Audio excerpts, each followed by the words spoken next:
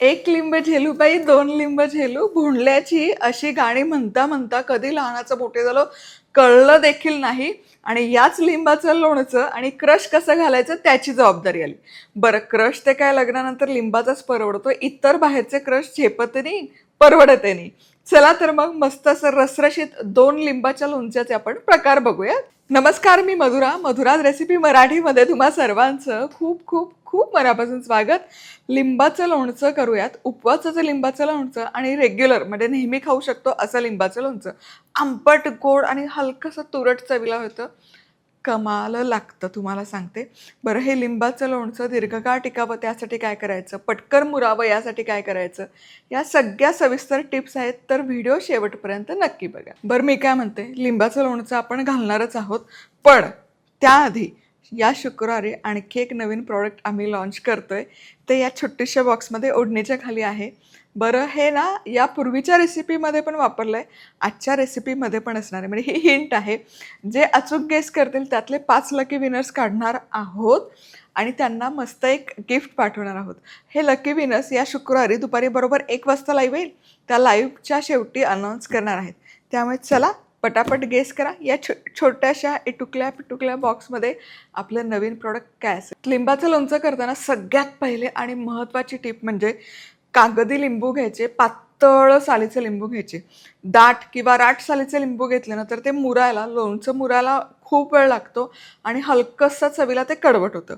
त्यामुळे आत्ता तर या हिवाळ्याच्या दिवसात खूप सारी लिंब उपलब्ध असतात.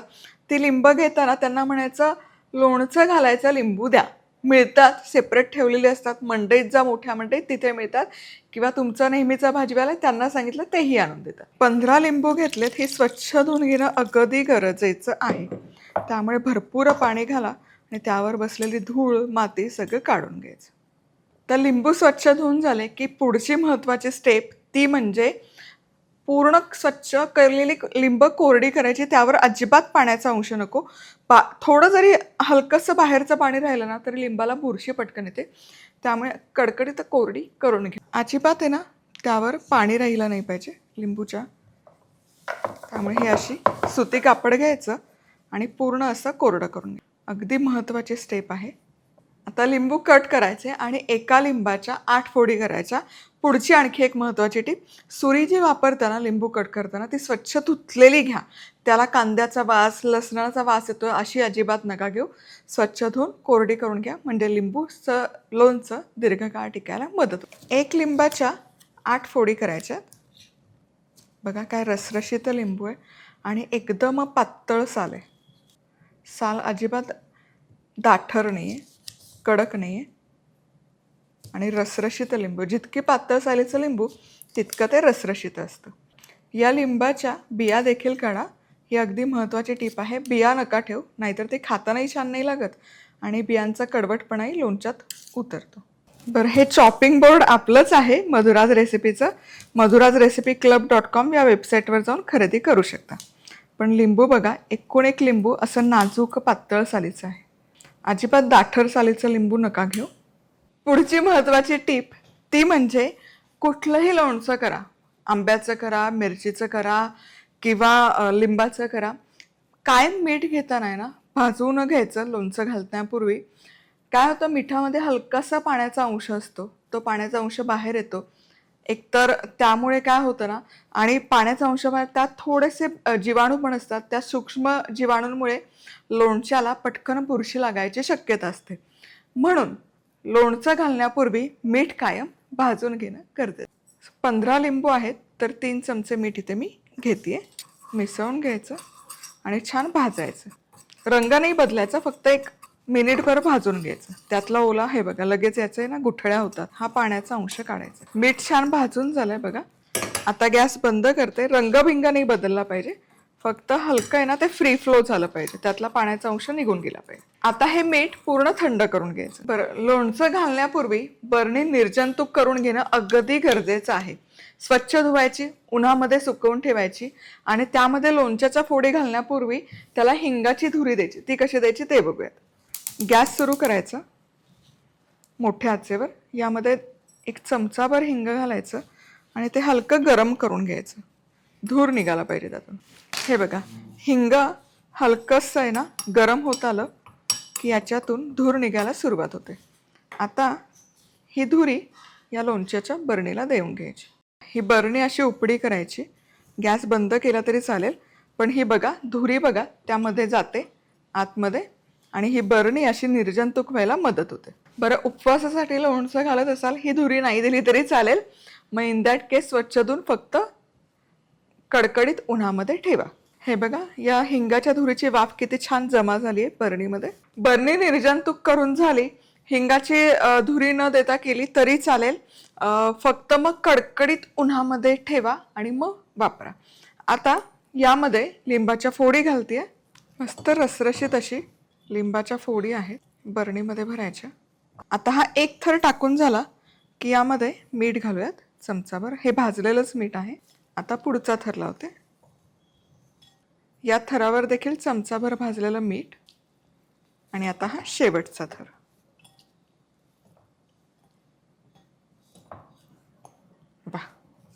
आणि पुन्हा हे उरलेलं मीठ. आता झाकण लावायचं आणि छान असं मिसळून घ्यायचं, म्हणजे मीठ सगळ्या लिंबाच्या फोडींपर्यंत जिरेल. चला आता इथे दुसऱ्या बरणीमध्ये देखील ना 15 लिंबाच्या फोडी, त्याला मीठ आणि हळद लावली, कारण हे बिना उपवासाचं लोणचं आहे आणि हे उपवासाचं लोणचं आहे ज्यामध्ये फक्त आपण मीठ लावलंय आणि यामध्ये हळद आणि मीठ लावलं. हळदीमुळे पण लोणचं दीर्घकाळ टिकायला मदत होते, त्यामुळे हळदीचा आणि मिठाचा थर यामध्ये घातलाय आणि यामध्ये फक्त मिठाचा आहे. आता या दोनही बरण्या उन्हामध्ये ठेवायच्या. तर हे लिंबू 8 दिवसांसाठी मुरण्याकरता मी ठेवणार आहे.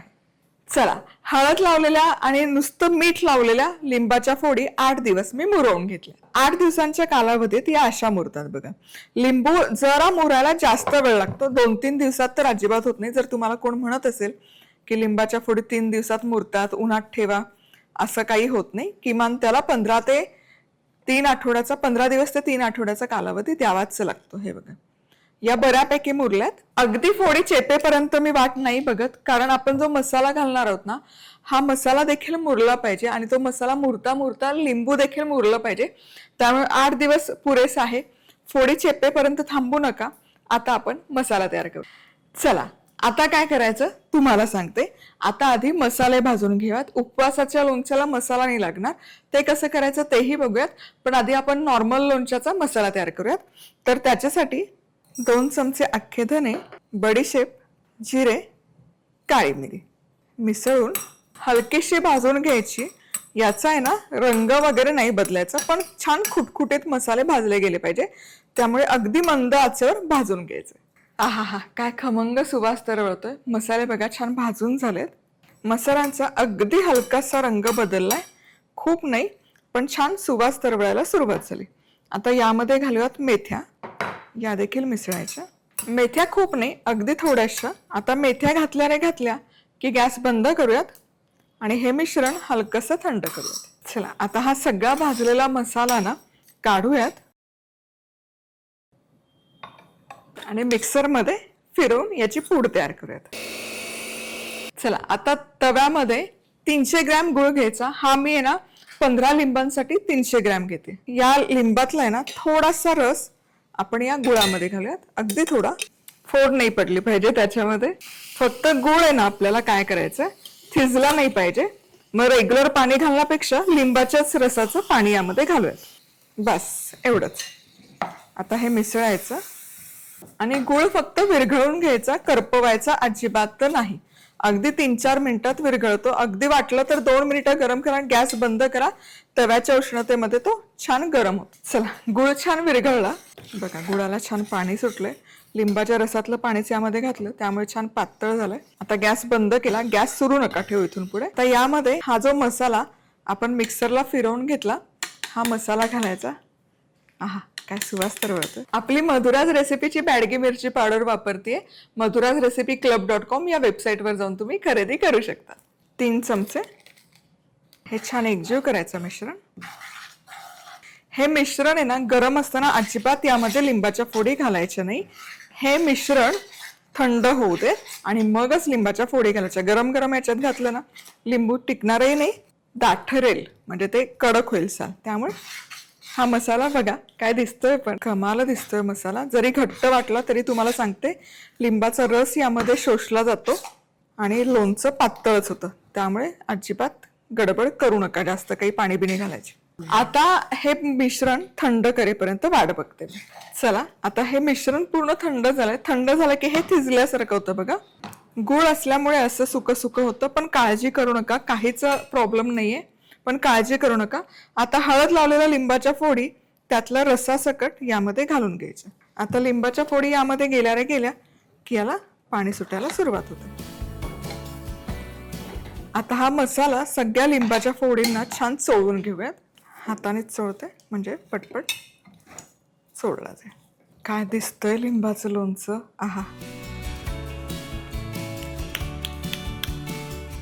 आहा, एकदम चटपटीत, गोडाचं आणि तिखटाचं अचूक प्रमाण आणि हे जे मसाले घातलेत, आहा, लोणच्याच्या मसाल्याची चव तर भन्नाट. हे बघा हातानेच मिसळून घेतलं मी. बघा मी यामध्ये अजिबात पाणी बिनी घातलं नाही. लोणच्याच्या फोडींमधलं जे पाणी असतं ना ते छान मुरतं या मसाल्यामध्ये, त्यामुळे वाढीव पाणी अजिबात घालायचं नाही. आता ज्या बरणीमध्ये आपण हे ठेवलं होतं मुरण्याकरता त्याच बरणीत हे पुन्हा काढायचं. आणि आत्ता जरी हे घट्ट वाटत असेल तुम्हाला सांगते 2 दिवस जाऊ दे, हे चांगलं रसरशीत होतं. बघा काय दिसतंय लोणचं. वा झकास, कमाल दिसतंय. आता बरणीचं झाकण लावायचं आणि हे ना आता खायला तयारच आहे. लगोलग फोड घेऊन तुम्ही खाऊ शकता. मसाला छान मुरतो. पण मी तुम्हाला काय सांगते, 8 दिवस वाट बघा, आणखी मुरेल. जितकं ते छान मुरेल तितकं ते बहारदार लागेल याची खात्री मी तुम्हाला देते. त्यामुळे जरा पेशन्स ठेवा. लिंबाचं लोणचं 3-4 दिवसात नाही मुरत. तुम्हाला कोणी सांगत असेल तर ते साफ चुकीचं आहे. लिंबाच्या लोणच्याला मुरायला किमान म्हणजे मीठ चोळूनचा 8 दिवस आणि त्यानंतरचा किमान 2-3 आठवड्याचा कालावधी द्यावा लागतो. म्हणजे 1 ते सव्वा महिन्याचा वेळ दिला तरच ते रेडी टू इट होतं आणि परफेक्ट होतं. त्यामुळे मी हे आता हे ठेवणार आहे. असंच खाल्लं तरी काही हरकत नाही, पण आणखी थोडं मुरवलं ना की आणखी ते रसरशीत होणार, फोडी आणखी मुरणार आणि आणखी बहारदार होणार. लिंबू मुरायला ठेवताना मीठ घातलं होतं, त्यामुळे वाढीव मीठ घालायची अजिबात गरज नाहीये. अगदीच तुम्हाला लागलं तर थोडं काळं मीठ घाला, मसाला आणखी चटपटीत होईल. आता उपवासाचं लोणचं तर अगदी सोपं आहे करायला. हे बघा, गुळ घ्यायचा 300 ग्रॅमच गुळ, 15 लिंबाच्या फोडी आहेत तर अगदी चमचाभर लिंबाचा रस पुरेसा होतो. मिसळून घ्या आणि गोड आहे ना हलकासा विरघळवून घ्यायचा. उपवासाचं लोणचं इतर काहीच मसाला नाही, फक्त आपली मधुराज रेसिपीची बेडगी पावडर 3 चमचे. रंग छान येतो आणि पदार्थाला चव बहारदार येते. मिसळूया. आता गुळ विरघळला.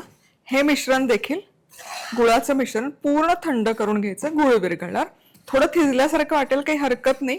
लिंबाच्या रसामुळे ते पुन्हा बॅक टू नॉर्मल होतं. हे बघा गुळ पूर्ण विरघळला आणि मिश्रण छान रसरशीत झालं. काय ना AC चालू असतो, त्यामुळे हे मिश्रण आहे ना पटापट असं थिजतं. पण काळजी करू नका, जसं मी सांगितलं लिंबाच्या फोडी टाकल्या की ह्याला भरपूर पाणी सुटतं. चला आता लिंबाची फोड घालूयात. हे आपलं उपवासाचं लिंबाच्या लोणच्याच्या फोडी, ज्या वेगळ्या आपण हळद बिळत न लावता मुरण्याकरता घातल्या होत्या. काय रसरशीत दिसतात. वा. आणि या लोणच्याची खासियत म्हणजे यामध्ये जराही तेलाचा वापर करावा लागत नाही. बिना तेलाचंच हे लोणचं होतं आणि कमालीचं रुचकर होतं. मला विचाराल, मला उपवासातच लिंबाचं लोणचं जास्त आवडतं, ते मसाले बिसाले घातल्यापेक्षा. बरं, ते लिंबू मुरत असताना ना त्यासोबत मिरची जर तुम्ही घातली तर मग लिंबू मिरचीचं लोणचं होतं. आहे की नाही मज्जा. काय दिसतंय बघा. आहा हा, सुंदर, म्हणजे बघितल्या क्षणी प्रेमात पडावं इतकं हे बहारदार दिसते. वा. आता ज्या बरणीत लिंबाच्या फोडी मुरण्याकरता ठेवल्या होत्या त्याच बरणीत पुन्हा हे काढायचं.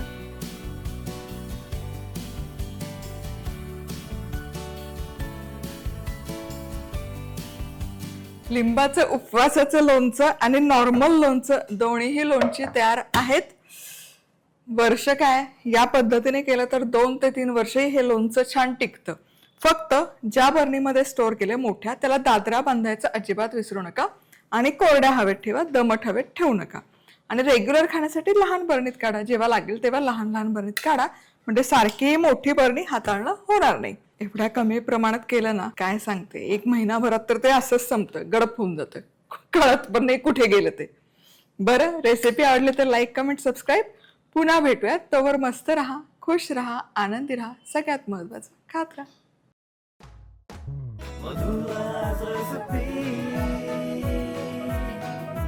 मधुराज रेसिपी, महाराष्ट्राची अस्सल चव.